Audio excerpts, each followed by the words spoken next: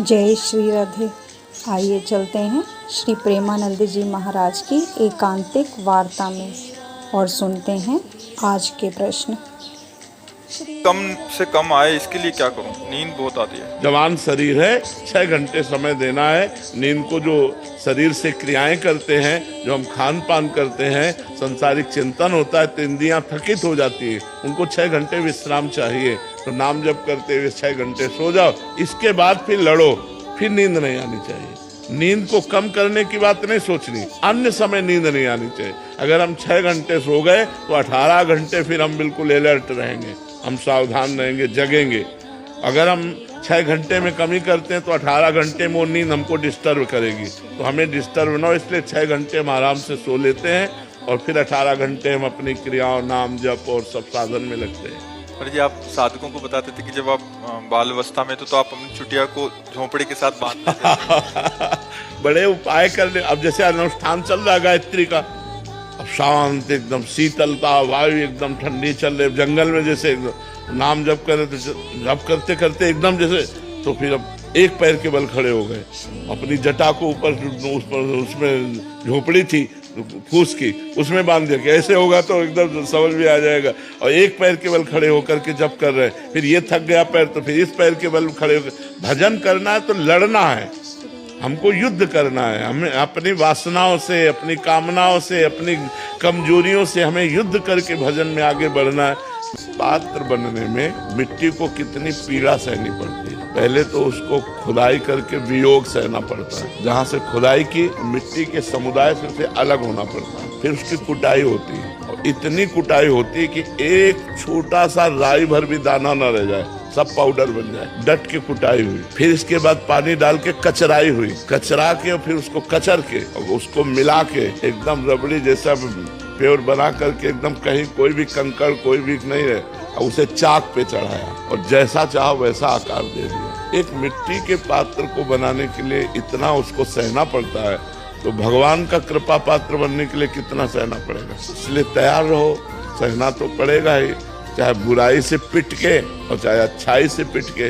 पिटना दोनों में पड़ेगा, अच्छाई से पिट के चमकोगे और बुराई से पिट के मिट जाओगे। तो इसलिए जलन दोनों में है। भगवत मार्ग में जलन सहोगे तो चमक पड़ोगे। कई बार ऐसी घटनाएं हो जाती हैं कि उसमें बाल बचे, छत गिरने से थोड़ी देर पहले ही निकले वहां से या मकान गिर गया, मतलब ऐसे में ये भगवान की कोई संकेत होते हैं, ईश्वर की कृपा?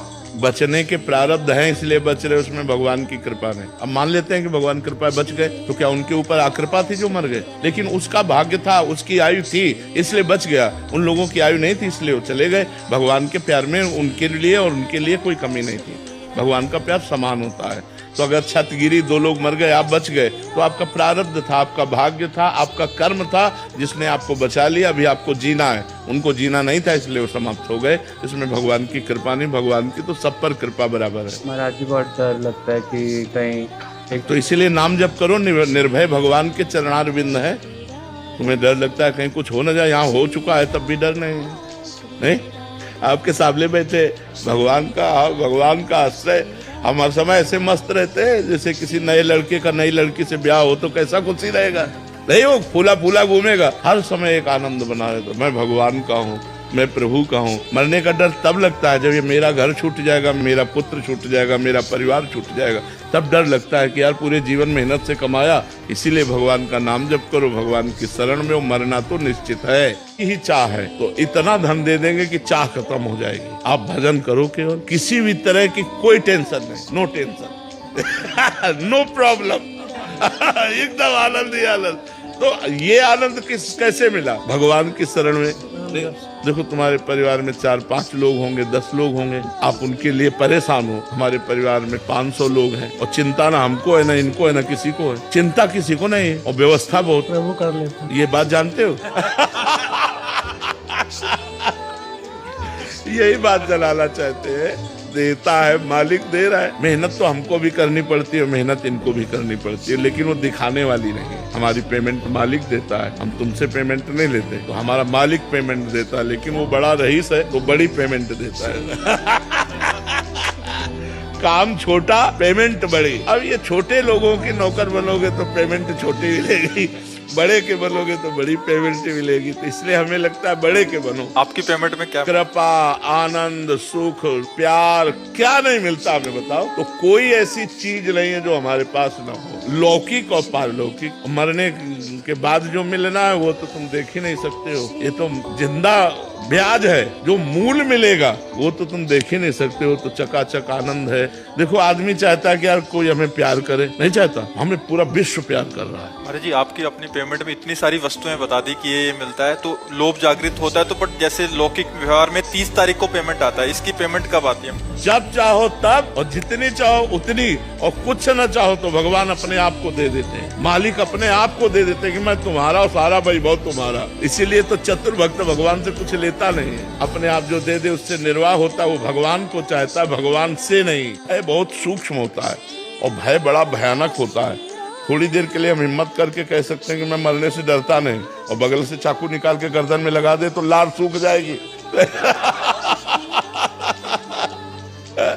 मृत्यु का भय हम ईमानदारी से कहते हैं सबको होता है। जो परमात्मा में लीन हो चुका है, शरीर का भाव नहीं रह गया, उसकी बात अलग है। नहीं, अगर हम भगत हैं और शरीर का ध्यान है, हमें होश है, तुम चींटी भी काटती तो उसको हटाना चाहते हैं। इसका मतलब है कि हमें भय है, हमें पीड़ा है शरीर की। जब ऐसी स्थिति हो जाए कि शरीर का होश ही नहीं है तो मृत्यु का भय चला गया। नहीं, तब तक मृत्यु का भय रहता है। हम कहें चाहे जितना कि मैं भयभीत नहीं हूं, लेकिन भय होता है, सबको होता है।